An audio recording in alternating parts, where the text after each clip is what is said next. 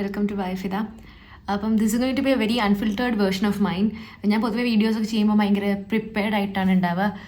പക്ഷേ ഇതിലെന്താ വെച്ചാൽ ഞാൻ ശരിക്കും സത്യം പറഞ്ഞാൽ ഇപ്പം വെറുതെ ഫോൺ എടുത്ത് ക്യാമറ എടുത്തൊന്ന് ജസ്റ്റ് എനിക്കൊരു ആഗ്രഹം ഉണ്ടായിരുന്നു ഒരു MBBS സീരീസ് ഉണ്ടാക്കണം, അല്ലെങ്കിൽ ഒരു MBBS ഡയറി എന്ന് പറയുന്ന അങ്ങനത്തെ സീരീസുകൾ ഉണ്ടാക്കണമെന്ന്. സോ എൻ്റെ ഫസ്റ്റ് ഇയർ എക്സ്പീരിയൻസസ് പറയാനാണ് ഇവിടെ. എൻ്റെ ഫസ്റ്റ് എപ്പിസോഡ് ഞാൻ അതിനാണ് സെറ്റ് ചെയ്യാമെന്ന് വിചാരിക്കുന്നു. എൻ്റെ ഓർമ്മയിൽ ഫസ്റ്റ് ഇയർ എന്ന് പറയുമ്പോൾ ഫസ്റ്റ് എനിക്ക് വരുന്നത് അനാട്ടമി ഡിസെക്ഷൻ ഹോളാണ് കേട്ടോ. അത് എല്ലാവർക്കും മേ ബി അങ്ങനെ തന്നെ ആയിരിക്കും. ഡിസെക്ഷൻ ഹോൾ എന്ന് പറയുമ്പോൾ ഭയങ്കര മെമ്മറീസ് ഉള്ളൊരു സ്ഥലമായിരുന്നു. എനിക്ക് തോന്നുന്നു അത്രയും ആ ഒരു മെമ്മറി വന്നിട്ട് നമുക്ക് വേറൊരു സ്ഥലവും കോളേജിൽ ഉണ്ടാവുമെന്ന് എനിക്ക് തോന്നുന്നില്ല. കാരണം നമ്മൾ ഫസ്റ്റ് കോളേജിനോട് എക്സ്പോസ്ഡ് ആവുന്ന സമയത്ത് ഉണ്ടാവുന്ന ആ ഒരു ആ ഫോർമാലിൻ്റെ സ്മെല്ലും അതൊക്കെ ഇപ്പോഴും എനിക്ക് സത്യം പറഞ്ഞാൽ ഇപ്പോഴും ഡിസെക്ഷൻ ഹോളിൻ്റെ മുന്നിൽ കൂടെ പോകുമ്പം ആ ഒരു ഫോർമാലിൻ്റെ സ്മെല്ല് ചെയ്യുമ്പോൾ എനിക്ക് ഫസ്റ്റ് ഇയർ ഓർമ്മ വരും. നമുക്ക് ആ ഒരു മണത്തിലൂടെ മെമ്മറി കിട്ടൂലേ, അതേപോലെ. പക്ഷേ സംഭവം എന്താ വെച്ചാൽ അന്ന് നമുക്ക് നമ്മുടെ ഈ ഒരു ഡിസെക്ഷൻ ഹോൾ എന്നൊക്കെ പറയുമ്പോൾ ഇത്രയും നല്ല മെമ്മറി ആവും നമ്മൾ ഒരിക്കലും വിചാരിക്കുന്നില്ല. അന്ന് നമ്മൾ വിചാരിക്കും എങ്ങനെയെങ്കിലും ഒന്ന് പാസ്സായി പോയാൽ മതി അനാട്ടമി, അങ്ങനെ നമ്മൾ വിചാരിക്കും.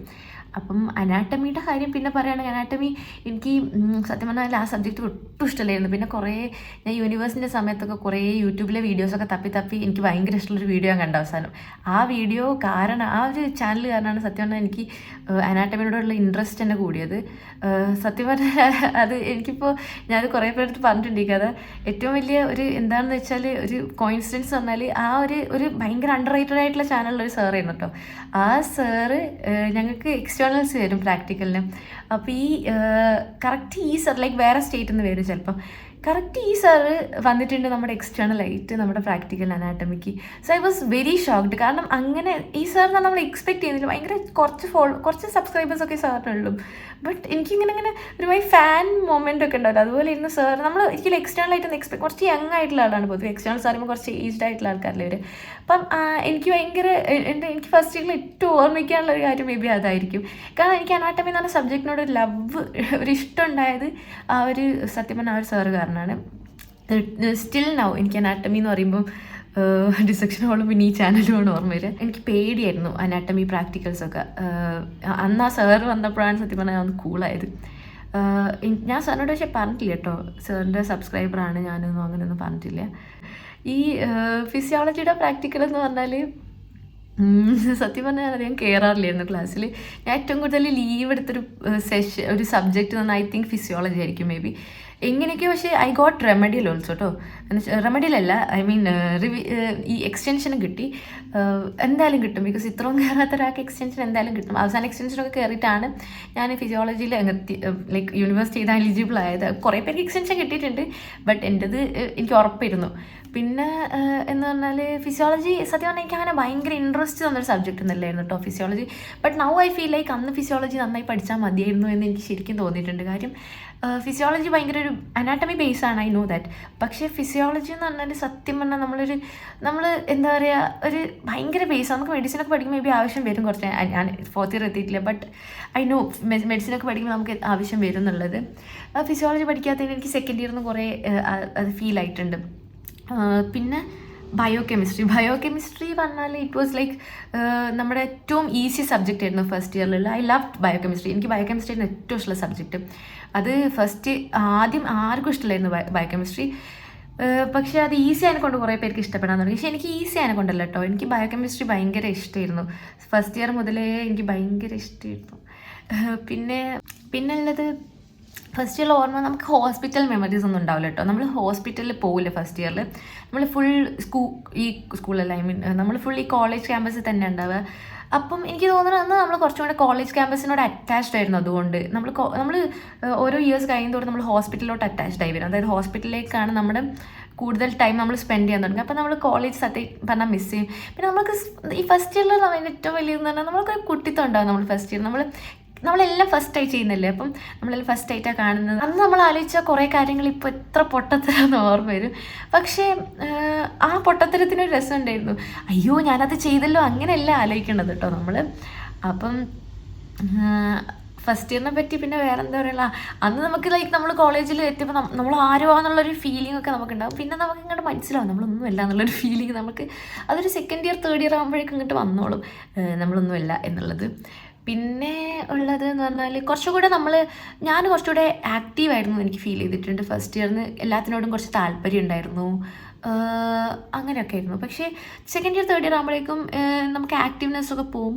പക്ഷേ പഠിത്തത്തിൻ്റെ കേസ് നോക്കുമ്പം ഐ തിങ്ക് ഫസ്റ്റ് ഇയറിൽ നിന്ന് പഠിക്കുന്ന ഇതിലും എത്രയോ പഠിക്കുന്നുണ്ട് ഇപ്പം. സെക്കൻഡ് ഇയറിൽ നിന്ന് തേർഡ് ഇയറിനൊക്കെ ആകുമ്പോൾ നമുക്ക് ആ സീരിയസ്നെസ് വരും. മേ ബി നമ്മൾ ആഗ്രഹിക്കുക എല്ലാ മനുഷ്യന്മാരും അങ്ങനെ തന്നെ ആയിരിക്കും. കുറച്ച് കഴിഞ്ഞാൽ നമ്മൾ ഡോക്ടർ ആവാൻ പോവല്ലേ, അതിൻ്റെ നമ്മൾ ഇങ്ങനെ പോയാൽ എങ്ങനെയാണ് നമ്മൾ ഫൈനൽ ഇയർ ഒക്കെ പാസ്സാവുക, അങ്ങനത്തെ ഒരു ഫീലിംഗ് ഒക്കെ ഉണ്ടാവും കേട്ടോ. നമ്മുടെ കോളേജിൽ ഭയങ്കര റാഗിങ് ഉണ്ടായി ബോയ്സിന്. ഇപ്പം സത്യം പറഞ്ഞാൽ ഇപ്പം ന്യൂസിൽ കേൾക്കുന്ന അത്ര അങ്ങനത്തെ ടൈപ്പ് ഓഫ് റാഗിങ് ഒന്നും ഇല്ല കേട്ടോ. അത് വെച്ച് നോക്കുമ്പോൾ നമ്മുടെ കോളേജിൽ ലെസ് റാഗിങ് ആണ് നമ്മൾ. പക്ഷേ നമ്മുടെ ബാക്കിയുള്ള മെഡിക്കൽ കോളേജസ് വെച്ച് നോക്കുമ്പോൾ റാഗിങ് കുറച്ച് കൂടുതലാണ് നമ്മുടെ കോളേജിൽ. അപ്പം ഈ ബോയ്സിൻ്റെ ഒക്കെ റാഗിങ് ഇവർ വന്ന് പറയുമ്പം സത്യം പറഞ്ഞാൽ ഭയങ്കര ദേഷ്യം വരുമായിരുന്നു. ഈവൻ ബോയ്സിന് മാത്രം റാഗിങ് ഉള്ളെങ്കിലും നമുക്ക് നല്ല ചൊറി കിട്ടുമായിരുന്നു. എന്ന് വെച്ചാൽ ഇൻ ദ സെൻസ് ഭയങ്കര ഡോമിനേറ്റിംഗ് ആയിരുന്നു സീനിയേഴ്സിന് ഫീൽ ചെയ്തിരുന്നു. അപ്പം നമ്മൾ എന്ന് പറഞ്ഞാൽ ആ സമയത്ത് ഭയങ്കര ദേഷ്യമൊക്കെ വെച്ചായിരുന്നു സീനിയേഴ്സിൻ്റെ അടുത്ത്. എന്ന് വെച്ചാൽ എന്തെങ്കിലും പരിപാടി ഉണ്ടെങ്കിൽ ഭയങ്കര പ്രശ്നം ഉണ്ടാക്കും.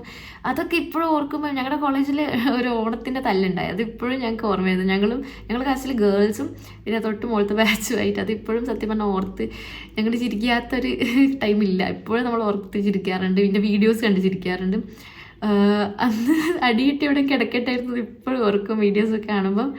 പക്ഷേ അതിപ്പോൾ ആലോചിക്കുമ്പോൾ ഇറ്റ് വാസ് ലൈക്ക് ഫൺ. എനിക്കറിയില്ല, ഇതിപ്പോൾ ഈ വീഡിയോ കാണുന്ന ആ ബാച്ചിലുള്ള ആളുകളിലും ഉണ്ടാവും. But it was fun. ഓണത്തിൻ്റെ തല്ല് വാസ് എന്ന് വെച്ചാൽ നമ്മൾ ഗേൾസ് ചെയ്യുന്നുണ്ട്, നമ്മുടെ ബാച്ചിലെ ഗേൾസ് ഭയങ്കരമായിട്ട് ഇടപെടുമായിരുന്നു ചൊറിയാനൊക്കെ വന്നാൽ. I was actually very proud of ആ ഗേൾസ്. നമ്മുടെ ബാച്ചിലെ ഗേൾസിനോട് ഭയങ്കര പ്രൗഡ്. അതെന്നും അന്നും ഇന്നും ഞാൻ ഭയങ്കര പ്രൗഡാണ്. കാരണം ഭയങ്കര സ്ട്രോങ് ആയിട്ടുള്ള കുറച്ച് ഗേൾസ് ആണ് എനിക്ക് പലപ്പോഴും തോന്നിയിട്ടുണ്ട്. എന്ന് വെച്ചാൽ സ്ട്രോങ് ഇൻ ദ സെൻസ് ഭയങ്കര എല്ലാത്തിനോടും ഭയങ്കര ആക്റ്റീവായിട്ടും നല്ലോണം ആക്റ്റീവായി നിൽക്കുന്ന ഒരു കൂട്ടം ഗേൾസാണ് നമ്മുടെ ബാച്ചിലുള്ളത്. First year examinations, university examinations, I felt like നമ്മൾ ഫസ്റ്റ് എക്സ്പീരിയൻസ് ചെയ്യുന്ന യൂണിവേഴ്സിറ്റി എക്സാമിനേഷൻ ഫസ്റ്റ് ഇയർ എക്സാമിനേഷൻസിൽ. പക്ഷേ ഞാൻ ഏറ്റവും കൂടുതൽ ടെൻഷൻ ഫ്രീ ആയിട്ടിരുന്നത് ഫസ്റ്റ് ഇയർ എക്സാംസ് ആയിരുന്നു. അതും ഭയങ്കര ടഫ് സബ്ജക്ട്സ് എന്ന് വെച്ചാൽ അനാട്ടമി ഫിസിയോളജിക്ക് നമുക്ക് അന്ന് ആലോചിക്കുമ്പോൾ അത് ഭയങ്കര ടഫാണ്. അപ്പം ഇപ്പം എനിക്ക് അനാട്ടമി ഫിസിയോളജി ഒന്നും കൂടെ പോയി പഠിക്കുന്ന ആലോചിക്കാൻ പോലും പറ്റില്ല. പക്ഷേ എന്താ പറയുക, അന്ന് ഞാൻ ഭയങ്കര കൂളായിട്ടാണ് അതെടുത്തത്. I don't know why. പക്ഷേ 3 സബ്ജക്ട്സും 2 പേപ്പേഴ്സ് ചെയ്തിട്ടുണ്ടായി. അതൊക്കെ ഭയങ്കര കൂളായിട്ടായിരുന്നു. പ്രാക്ടിക്കലായിരുന്നു എന്തെങ്കിലും എനിക്ക് ഭയങ്കര പേടിയുള്ളത്. ബിക്കോസ് എനിക്കെപ്പോഴും ഈ വൈവ ടീച്ചേഴ്സിനൊക്കെ ഫേസ് ചെയ്യുന്ന അത്ര ഒരു ഭയങ്കര പേടിയായിട്ടുള്ള കാര്യം കേട്ടോ. വൈവ വരുമ്പോഴേക്കും എൽബിലേക്ക് ഇത്ര സംസാരിക്കുമെങ്കിലും വൈവ വരുമ്പോഴേക്കും എനിക്കിങ്ങനെ വിറക്കാൻ തുടങ്ങും. എനിക്ക് പറയാനുള്ളതൊക്കെ ഫുൾ ബ്ലാങ്ക് ആവും, ലൈക്ക് ലിറ്ററലി ബ്ലാങ്ക് ആവും. നമ്മൾ ബ്ലാങ്ക് എന്ന് വെറുതെ എക്സാജറേറ്റ് ചെയ്യാൻ വേണ്ടി പറയില്ല കേട്ടോ. മാം എന്താ ചോദിക്കുമ്പോഴേക്കും പിന്നെ എനിക്ക് പറഞ്ഞാൽ ഈ ഒബ്സർവിങ് പവറും പിന്നെ ഓവർ തിങ്കിങ് കുറച്ച് കൂടുതലായതുകൊണ്ട് ഞാനിപ്പോൾ മാംമാരുടെ അടുത്ത് എന്തെങ്കിലും ചോദിക്കുമ്പോൾ ഞാനെങ്ങനെയാണെന്ന് വെച്ചാൽ ഈ മാമിൻ്റെ കമ്മൽ നോക്കും, മാമിൻ്റെ പൊട്ട് നോക്കും, മാമിൻ്റെ ഡ്രസ്സിൻ്റെ കളർ ഏതാന്ന് നോക്കും. സോ ലൈക്ക് ആ ടൈമിലൊന്നും അത് നോക്കൂലല്ലോ ആരും. ബട്ട് എനിക്ക് പറഞ്ഞാലില്ലേ ക്വസ്റ്റ്യൻസ് ചോദിക്കുമ്പോൾ ഞാൻ ബ്ലാങ്ക് ആവും. സോ ലൈക്ക് എൻ്റെ മൈൻഡ് വേറെ എവിടെയെങ്കിലുമൊക്കെ കൊണ്ടുപോകും. കേൾക്കുന്ന ആൾക്കാർക്ക് ഇത് ഭയങ്കര വിയേർഡായി തോന്നും മേ ബി. എനിക്കറിയില്ല എൻ്റെ ഈ കഥകളൊക്കെ കേൾക്കാൻ എത്രമാത്രം ആൾക്കാരുണ്ടാവുന്നു. പക്ഷെ ചിലപ്പോൾ എനിക്കിങ്ങനെ എനിക്ക് ഭയങ്കര ഇഷ്ടമായിട്ടോ സംസാരിക്കാൻ. അപ്പോൾ എനിക്കിങ്ങനെ ഫോൺ നോക്കി ഇങ്ങനെ ഐ ലവ് ദിസ്.